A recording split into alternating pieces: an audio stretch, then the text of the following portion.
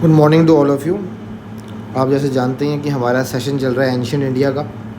तो ancient India के इस पूरे के पूरे मॉड्यूल में अब जो हमारा नेक्स्ट लेक्चर आता है दैट इज़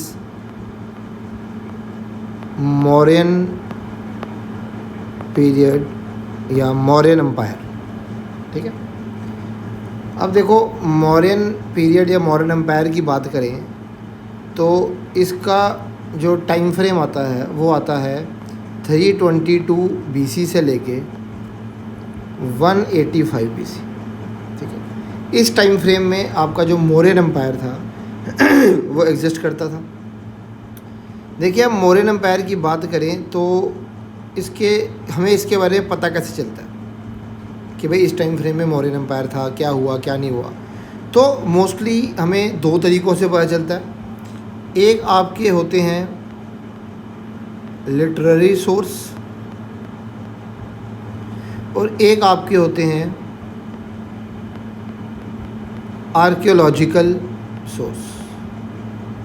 देखो, अगर हम लिटरेरी सोर्स की बात करें, ये वो सोर्स होते हैं जो टेक्स्ट बुक में आपको देखने को मिलते हैं। मतलब उस टाइम फ्रेम में जो किताबें लिखी गई, उस टाइम फ्रेम में जो बुक्स लिखी गई, उसमें मौर्यन एम्पायर के बारे में हमें जो पता चलता है वो आ जाता है लिटरेरी सोर्स। और आर्कियोलॉजिकल सोर्स का मतलब क्या हुआ कि भाई उस टाइम फ्रेम में जैसे रॉक एडिक्ट्स मिले, हमें कोई रॉक इंस्क्रिप्शंस मिली हुई हैं, ये सब किसके अंदर आ जाता है आपका आर्कियोलॉजिकल सोर्सेज के अंदर। अब ये एग्ज़ाम में क्वेश्चन आता भी है। ठीक है, अब अगर हम लिटरेरी सोर्स की बात करें, सबसे पहला और सबसे इम्पोर्टेंट लिटरेरी सोर्स इसका क्या है, दैट इज़ कौटिल्याज़ अर्थशास्त्र। दैट इज़ कौटिल्याज़ अर्थशास्त्र। देखो, अगर हम आपको बताइए कि कौटिल्य यानी कि इनको और भी कई नामों से जाना जाता है। चाणक्य भी बोला जाता था इनको, या विष्णुगुप्त भी कहा जाओ, कई जगहों पे कहा गया है इनको। ठीक है, इन्होंने आपको पता है एक बुक लिखी थी, कौन सी, अर्थशास्त्र, जिसको आज तक रेफ़र किया जाता है वर्ल्ड ग्लोबल पॉलिटिक्स में, ग्लोबल फॉरेन ट्रेड में, रिलेशंस क्रिएट करने में। ठीक है, अब कौटिल्य का जो अर्थशास्त्र था ये सबसे इम्पोर्टेंट सोर्स माना जाता है किसका, मौर्यन एम्पायर फ्रेम का। ठीक है, एक बात और ध्यान में रखें, कौटिल्य को एक और नाम से जाना जाता है, इनको इंडियाज़ या इंडियन मैकेलेवी भी बोला जाता है। ये भी एक फेमस स्कॉलर थे जिन्होंने कई इंपॉर्टेंट बुक्स लिखी थी। और कौटिल्य को इंडियन मैकेलेवी भी बोला जाता है। इन्होंने बुक लिखी थी अर्थशास्त्र, जिसमें हमें मौर्यन एम्पायर के बारे में पता चलता है। ठीक है, अब ये भी एक पॉइंट आता है कि जो ये अर्थशास्त्र है, जो अर्थशास्त्र बुक है, ये कौन से टाइम फ्रेम में डिस्कवर हुई। तो याद रखना, ये 1904 में डिस्कवर हुई थी। और किसने डिस्कवर की थी, आर शमा शास्त्री, आर शमा शास्त्री। ठीक है, ये एक हो गया। नेक्स्ट जो आता है दैट इज़ मेगास्थीनियस इंडिका।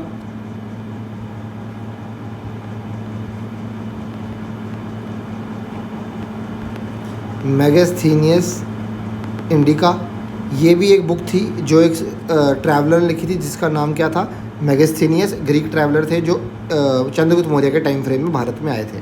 और इस बुक में भी सिटी एडमिनिस्ट्रेशन के बारे में, उस टाइम फ्रेम की सोसाइटी के बारे में, ये हर एक चीज़ बताई गई है। ठीक है, थर्ड आ जाता है एक स्कॉलर थे विशाख दत्त। इन्होंने एक बुक लिखी थी मुद्राक्ष।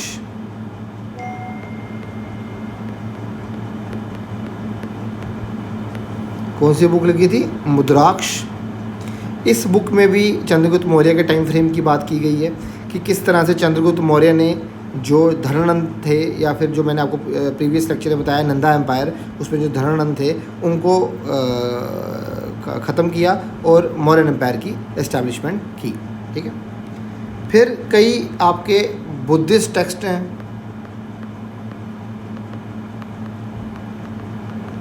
उसमें भी आपको मौर्य एम्पायर के बारे में पता चलता है। जैसे कि आपके जताका स्टोरीज जो होती हैं, जताका आपको पता है ये स्टोरीज़ होती हैं जो बुद्धिज़्म में लिखी गई हैं, उनको हम जताकाज बोलते हैं, ठीक है।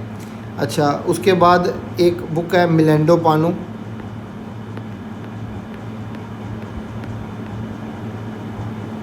अच्छा मिलेंडो पानो, ठीक है। इसमें भी लिखा गया हुआ है आपके किसके बारे में, मॉडर्न एम्पायर के बारे में। देन देयर इज़ भान भट्ट की बुक थी कादम्बरी। इसमें भी आपको मॉडर्न एम्पायर के बारे में पता चलता है, मॉडर्न एम्पायर के बारे में चीज़ें लिखी गई हैं, ठीक है। देन देयर इज़ पुरान्स में भी मॉडर्न एम्पायर का जिक्र है, ठीक है। और then there are many more. हमें बस वो पढ़ना है जो हमारे एग्ज़ाम के पॉइंट ऑफ व्यू से इम्पॉर्टेंट है, जिसमें मैंने आपको बता दिया कौटिल्य सबसे इम्पॉर्टेंट है, मेगास्थेनियस इम्पॉर्टेंट है, विशाखदत्त वाला इम्पॉर्टेंट है। अच्छा, उसके बाद ये कादम्बरी जो भानभट्ट ने लिखी है ये इम्पॉर्टेंट है, जो मतलब एग्ज़ाम में जिनको बारे में सवाल आ सकता है, ठीक है। Then archaeological point of view से अगर हम देखें तो अशोका की काफ़ी एडिक्ट्स मिली थी, अशोकन रॉक एडिक्ट्स जो टोटल कितनी हैं, टोटल 14 है, ये मिली गई। कई आपकी इंस्क्रिप्शंस मिली, जैसे कि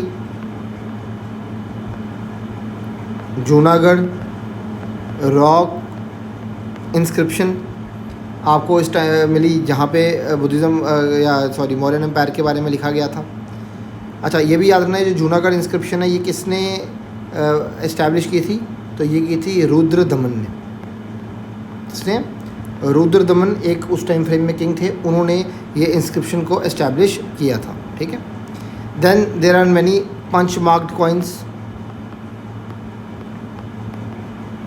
ना जो वो कॉइन आपको देखे होंगे बीच में से होल होता है, ये भी आपको कहीं देखने को मिले, उसमें भी आपको मॉडर्न टाइम फ्रेम के बारे में कई चीज़ें आपको देखने को मिलती हैं। तो ये हमने क्या पढ़े, लिटरेरी सोर्स और आर्कियोलॉजिकल सोर्स, जो हमें बताते हैं कि जो मॉडर्न टाइम फ्रेम है वो एग्जिस्ट करता था और उसके अंदर क्या क्या चीज़ें होती थी और क्या नहीं होती थी, ठीक है। नाउ नेक्स्ट पॉइंट पे आ जाते हैं हम। नेक्स्ट आता है कि मॉरेंस थे कौन, हु वर मॉरेंस, ये भी क्वेश्चन पेपर के अंदर आया हुआ।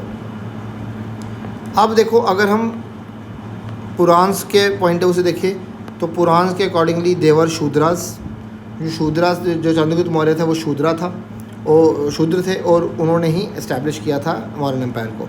और इनको मौर्यन इसलिए बोला जाता है क्योंकि उस एरिया में काफ़ी ज़्यादा मोर होते थे, ठीक है, तो that is by Mauryan empire, ठीक है। अच्छा, अब अगर हम मुद्राक्ष की बात करें,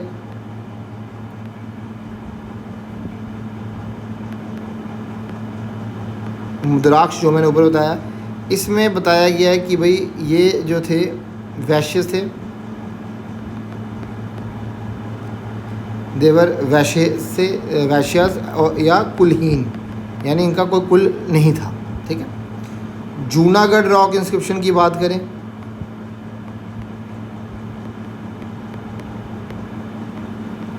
उसके अकॉर्डिंग में भी ये जो मौर्यंस थे ये क्या थे, वैश्य थे, ठीक है। और क्योंकि मैंने आपको और अगर हम बुद्धिस्ट टेक्स्ट की बात करें तो उनके अकॉर्डिंगली ये सारे के सारे संघ क्षत्रियाज थे, संघ क्षत्रिया क्लैन से बिलोंग करते थे। तो डिफरेंट व्यू पॉइंट है, डिफरेंट स्कॉलर्स के डिफरेंट उस टाइम फ्रेम में व्यू पॉइंट थे आपके लोगों के, ठीक है। नेक्स्ट आ जाते हैं हमारे जो शासक थे, जैसे नंबर 1 कौन थे, Chandragupta Maurya. Time frame 322 BC से लेके 298 BC, ठीक है। देखो, अगर हम चंद्रगुप्त मौर्य की बात करें तो ये इन्होंने ही इस्टेब्लिश किया था किसको, मौर्यन एम्पायर को। इन्होंने धनानंद को हराया था कौटिल्य या चाणक्य की हेल्प से, और मौर्यन एम्पायर को इस्टेब्लिश किया था, ठीक है। उस टाइम फ्रेम में जो कैपिटल थी दैट वाज पाटलिपुत्र, ठीक है। अगर इस टाइम फ्रेम की बात करें, इस टाइम फ्रेम में एक बड़ा इंपॉर्टेंट पॉइंट है, वो ये है कि चंद्रगुप्त मौर्य की एक बैटल हुई थी 305 BC में किसके साथ? सेल्यूकस निक्टर के साथ। किसके साथ? सेल्यूकस निक्टर के साथ, जो एक ग्रीक थे, और इन्होंने इसको हराया था। ही डिफीटेड सेल्यूकस निक्टर, ठीक है। और अलग अलग जो अफ़गान टेरिटरी थी उसको इन्होंने कैप्चर किया था। इन्हीं के टाइम फ्रेम में याद रखना स्कॉलर कौन आया था? मेगास्थेनियस, जिसने कौन सी बुक लिखी है मैंने आपको बताया? Indica. And he was a Greek ambassador. क्या थे? He was a Greek ambassador, ठीक है। अब अगर हम चंद्रगुप्त मौर्य की और कोई बात करें, कुछ और इम्पोर्टेंट पॉइंट इसके देखें, तो ये भी ध्यान रखना इनका जो ग्रीक नेम था that was Sandrocottus. That was his Greek name, exam में आया हुआ है, ठीक है। एट द सेम टाइम ये भी ध्यान में रखना कि जो चंद्रगुप्त मौर्य थे इन्होंने जैनिज़्म को अपना लिया था। क्या? जैनिज़्म को अपनाया था। और एक सेंट थे जिनका नाम था भद्रबाहु। भद्रबाहु के साथ जो चंद्रगुप्त मौर्य थे ये कहाँ चले गए थे? ये चले गए थे सरवन बेलगोला।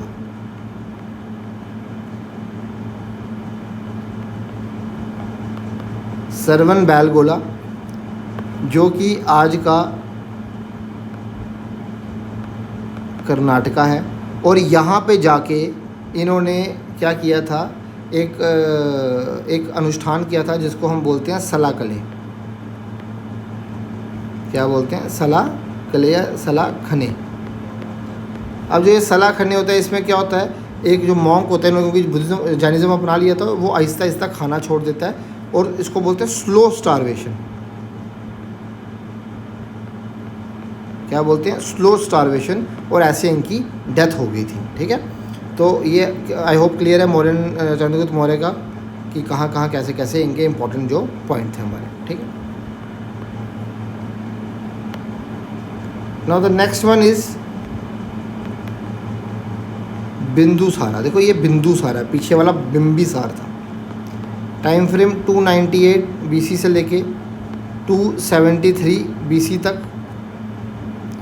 देखो अगर हम इनकी बात करें, जो चंद्रगुप्त थे, चंद्रगुप्त के बाद कौन आए? आपके बिंदुसारा। इनका भी एक ग्रीक नेम था, दैट वाज अमित्रोचैट।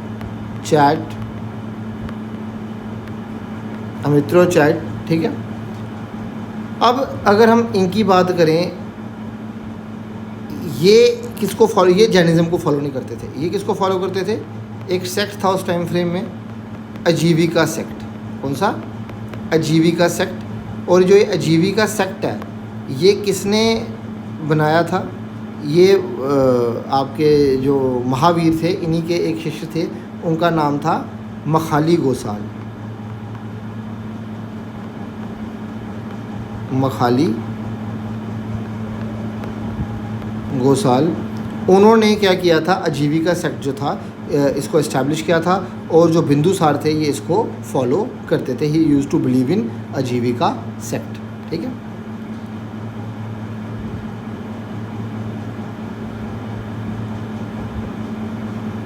आगे बात करें अगर हम, इनके बाद जो आते हैं दैट इज़ अशोका। इनका नाम तो आपने सुना ही होगा। अशोका की बात करें तो टाइम फ्रेम है 273 BC से 237 BC, ठीक है। अब इनकी अगर हम बात करें तो देखो इसमें आपको ध्यान में रखने वाला क्या है कि भाई जो अशोक थे ही किल्ड अपने 99 ब्रदर्स, अपने 99 भाइयों को मारा था टू सक्सीड टू थ्रोन, ठीक है। और याद रखना एक भाई था जो कि यंगेस्ट था,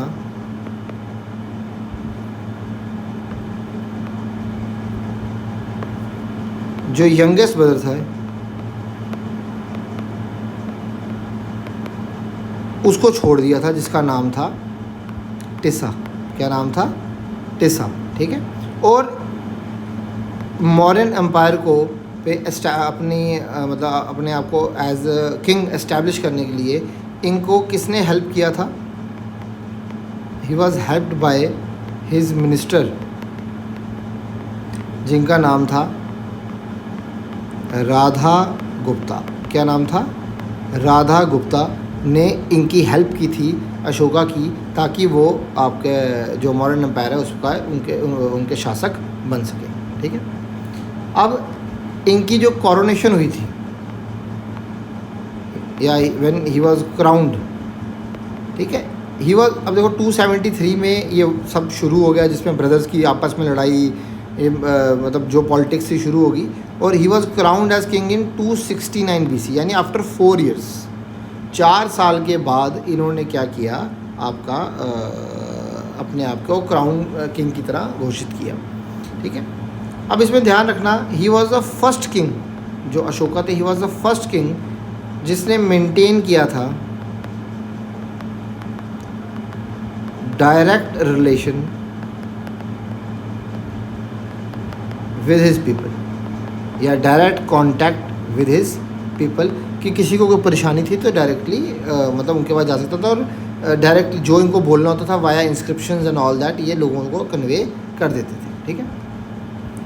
अब इनके टाइम फ्रेम की बात करें तो इनके टाइम फ्रेम में भी जो कैपिटल सिटी थी दैट वाज पाटलिपुत्र। ठीक है, दैट वाज पाटलिपुत्र। अब इनके टाइम फ्रेम में एक फेमस वॉर होती है, याद रखना, that is the war of Kalinga,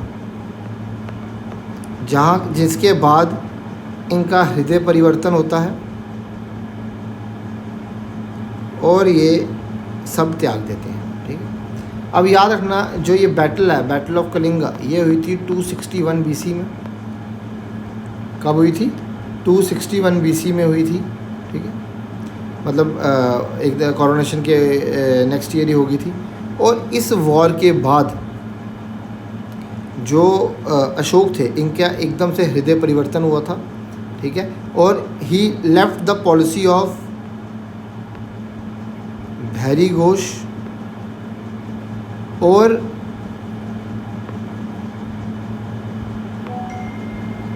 and he move toward the policy of Dhamma Ghosh. ठीक है। So he left Vridh Ghosh and adopted Dhamma Ghosh. Vridh Ghosh का मतलब क्या था कि फाइट्स एंड ऑल दैट, ये सब चीज़ें इन्होंने छोड़ दी। इनका हृदय परिवर्तन होगा कि इतने लोगों की मौत होगी मेरे इस क्योंकि कलिंगा ये एक एरिया था जो कैप्चर नहीं किया हुआ था इन्होंने। अपने उस एम्बिशन के चक्कर में काफ़ी लोगों की डेथ हो गई थी। उससे क्या हुआ, एकदम से हृदय परिवर्तन हुआ और उन्होंने वृद्ध घोष की पॉलिसी को छोड़ के धम्म घोष की पॉलिसी को अपना लिया। ठीक है। अब इसी टाइम फ्रेम की अगर हम बात करें तो ये भी याद रखना कि भाई जब अशोका की डेथ हुई, जब अशोक की डेथ हुई तो जो इनका एम्पायर था, ठीक है, इट वॉज डिवाइडेड, और जो बिटवीन वेस्टर्न एंड ईस्टर्न, जो वेस्टर्न पार्ट था वो इनके सन कुनाला को दे दिया गया, जो कि इनके बेटे थे, और जो ईस्टर्न पार्ट था वो इनके ग्रैंडसन दशरथा को दे दिया गया। ठीक है, ये उनको दे दिया गया। अब अगर हम लास्ट रूलर की बात करें मौर्यन एम्पायर के, तो वो कौन थे? He was Brihadratha. He was Brihadratha, और बृहद्रथा को असैसिनेट करवाया था इन्हीं के मिनिस्टर ने, जिनका नाम था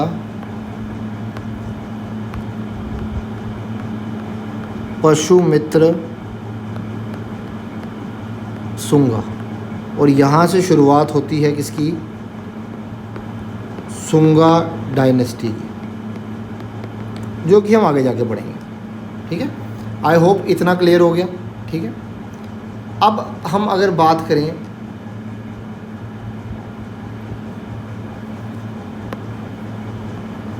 अशोका की,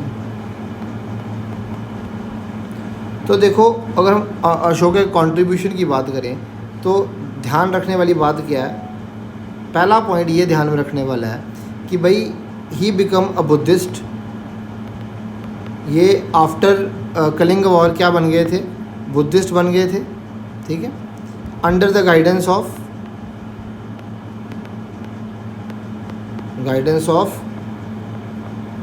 मोगली पुट्टा टीसा। ठीक है, इन्होंने बुद्धिज़्म अपना लिया था under the guidance of Mowgli Putta Tessa. Second point जो ध्यान में रखने वाला है वो क्या आ जाता है कि भाई जो थर्ड बुद्धिस्ट काउंसिल थी,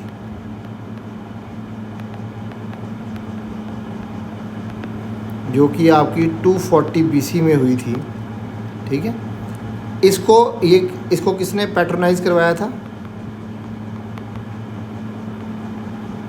अशोका।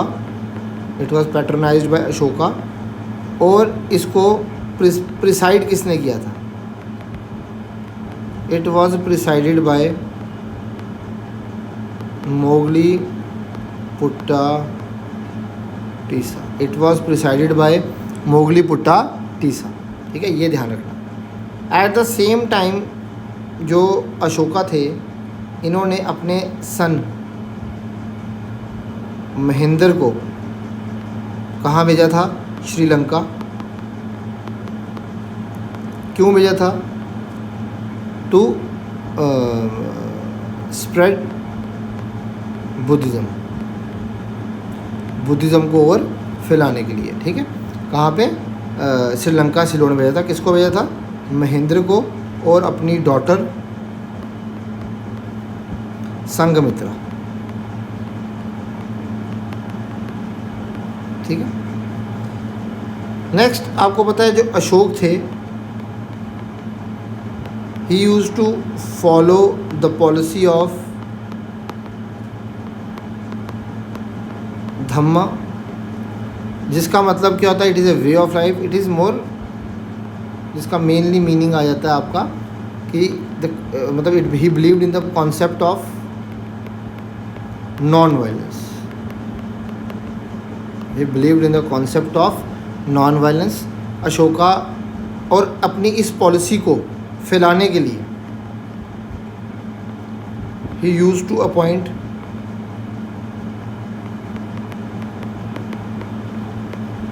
धम्म महामाताज। क्या? He used to appoint Dhamma महामाताज। किसके लिए? अपनी इस पॉलिसी को फैलाने के लिए। ठीक है, अब इसमें एक पॉइंट और ध्यान में रखना है कि भाई जो ये कलिंग वॉर है, ये हमें इसके बारे में पता कैसे चलता है? ये रॉक एडिक्ट 13 में आपको इसका आइडिया बनता है। जो रॉक एडिक्ट नंबर 13 है उसमें लिखा गया है किसके बारे में? About the Ashoka's victory over Kalinga. ठीक है, ये भी ध्यान में रखने वाली बात है। अच्छा, now the next point is कि भाई इस टाइम फ्रेम की अगर हम बात करें तो अब मतलब इसको लिख देते हैं हम मॉडर्न एडमिनिस्ट्रेशन।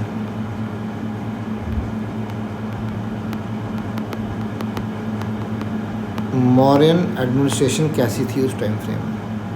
ठीक है,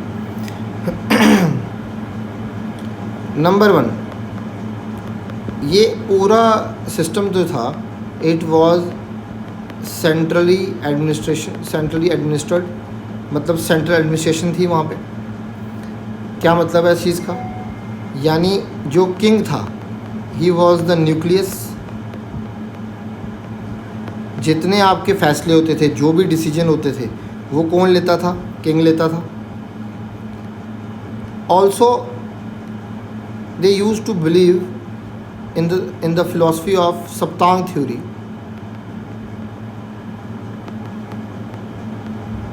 सप्तांग थ्योरी जो बताती थी about the 7 elements of state. ठीक है, 7 एलिमेंट्स ऑफ स्टेट। क्या थे वो 7 एलिमेंट्स? ठीक है, नंबर 1 राजा यानी किंग। ठीक है, नंबर 2 अमित्य। नंबर 2 आ जाता है क्या? अमित्य।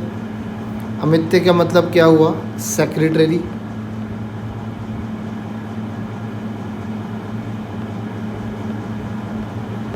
सेक्रेटरीज। नंबर 4 आपका आ जाता था जनपद। जनपद यानी कि आपकी टेरिटरी। नंबर 4 आपका आता था दुर्ग यानी फोर्ट। नंबर 5 आपका क्या आता था? कोष यानी फाइनेंस या आपका जो तिजोरी होती है वो। ठीक है, अब मैं यहीं पे आगे लिख रहा हूँ। नंबर 5 वॉज सेना यानी आर्मी। और नंबर 7 वॉज मित्र यानी फ्रेंड, कि भाई आपके फ्रेंड आपके कौन फ्रेंड है। आपने सुना भी होगा कई बार होता है दोस्त का दुश्मन आपका दुश्मन होता है, उसी पॉइंट ऑफ व्यू से ही था। और ये सब किस में लिखा था? आपका अर्थशास्त्र में ये सारी आपकी जो पॉइंट ऑफ व्यूज़ हैं ये सारे लिखे गए हैं। ठीक है, नेक्स्ट इम्पॉर्टेंट पॉइंट आ जाता है क्या कि इस टाइम फ्रेम में यहाँ पे क्या होती थी?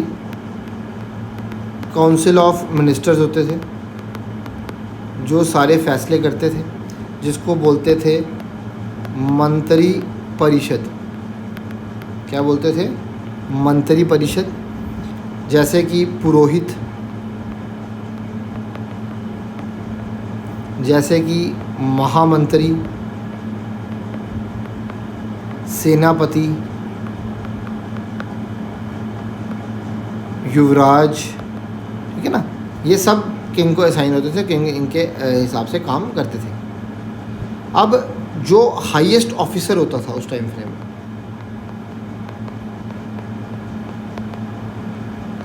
उसको क्या बोलते थे? उसको बोलते थे ये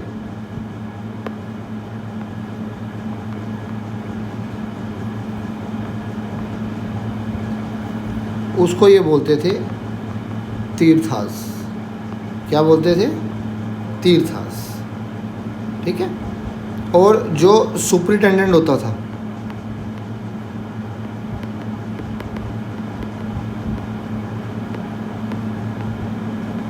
उसको क्या कहते थे? उसको कहते थे अध्यक्ष या अध्यक्षास। ठीक है, जो कि सारे डिपार्टमेंट वगैरह को मैनेज करते थे। ठीक है, अच्छा, इस टाइम फ्रेम में अगर हम इकॉनमी की बात करें तो भाई देखो, अगर हम इकॉनमी की बात करें, जो सोर्स ऑफ रेवेन्यू था दैट वाज टैक्सेशन। जो सोर्स ऑफ रेवेन्यू था that was again taxation.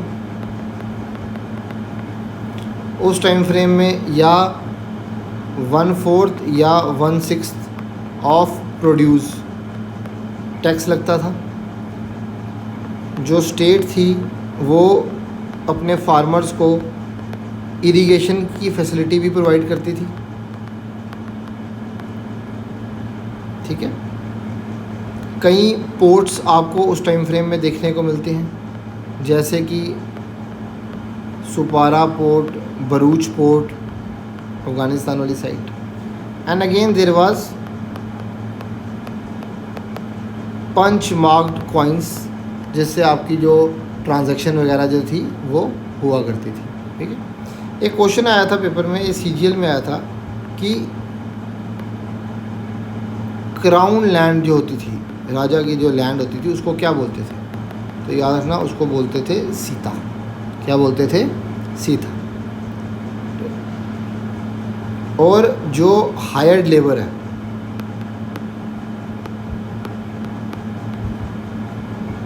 Hired labours को क्या बोलते थे? कर्माकर्स। क्या बोलते थे? कर्माकर्स। ठीक है, अब इस टाइम फ्रेम में अगर बात करें हम सोसाइटी की,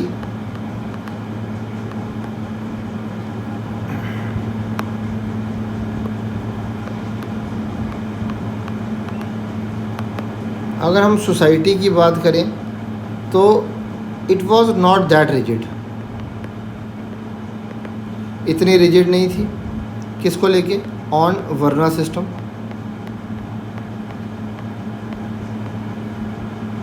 जबकि इस टाइम फ्रेम में जो शूद्रास थे, they also use to participate in many other things, so there was a low gap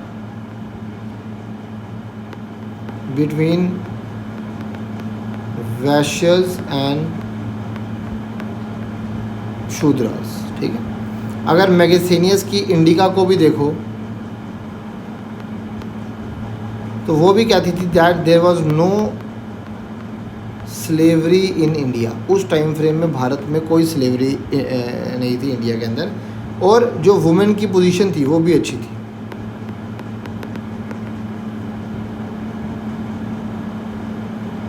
ठीक है, हाई, क्योंकि वो दे कैन रीमैरी या they can remarry, they can take divorce and all that, ये सब उस टाइम फ्रेम में था। ठीक है, एक पॉइंट और ध्यान में रखना, क्या कि भाई जो हमारा नेशनल एम्बलम है,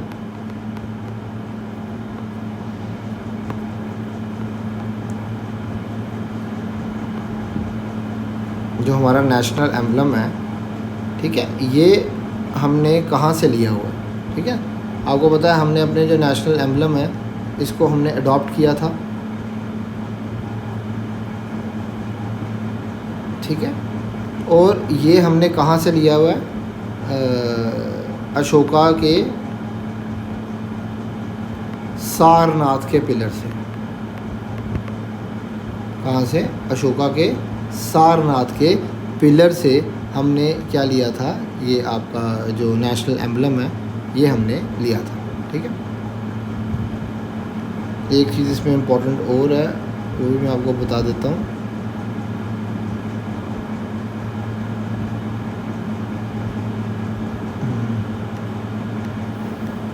हाँ, वो ये था कि भाई एक लेक था सुदर्शन लेक, ये भी पेपर में आया हुआ। सुदर्शन लेक कहाँ पे? गुजरात में। और ये लेक, एक क्वेश्चन आता है किसके टाइम में कंस्ट्रक्ट हुआ था?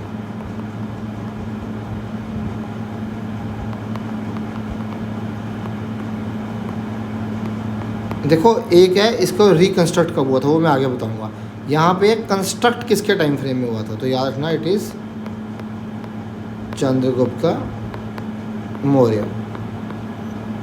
इनके टाइम फ्रेम में ये कंस्ट्रक्ट हुआ था आपका। ठीक है, अच्छा, एंड देन अब देखो, ये था इम्पोर्टेंट पॉइंट सारे किसके रिगार्डिंग? आपके मौर्यन एम्पायर के रिगार्डिंग मोस्टली मैंने कवर कर दिए हुए हैं। अब जैसे एक और आता है कि इनका डिक्लाइन क्यों हुआ, तो मल्टीपल रीजंस थे। अगर हम बात कर ही लें उस पर,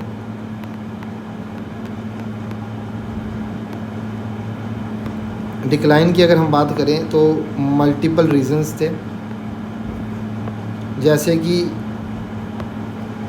आपकी हाई सेंट्रलाइज्ड एडमिनिस्ट्रेशन, हर चीज़ ऊपर से कंट्रोल होती थी, तो ये एक टाइम के बाद नहीं चला। एक टाइम के बाद जो अशोका थे उन्होंने वृद्धघोष को छोड़ के धम्मघोष की पॉलिसी अपना ली थी, तो बड़े लाइट हो गए थे वो। तो जो पैसिफिक पॉलिसी थी ऑफ अशोक, उससे नुकसान हुआ मौर्यन एम्पायर को, ठीक है। अशोका के बाद वीक रूलर्स आए, ठीक है, जो लेटर रूलर्स थे दे वर वीक, ठीक है। पार्टीशन हो गई थी एम्पायर की, जैसे मैंने आपको बताया आफ्टर अशोका, ठीक है। तो मल्टीपल रीजंस थे जिसकी वजह से क्या हुआ था, आपका मौर्यन एम्पायर जो था वो डिक्लाइन की तरफ गया। तो आई होप ये लेक्चर आपको पसंद आया हो। अगर आपको पसंद आया तो काइंडली शेयर करें, सब्सक्राइब करें और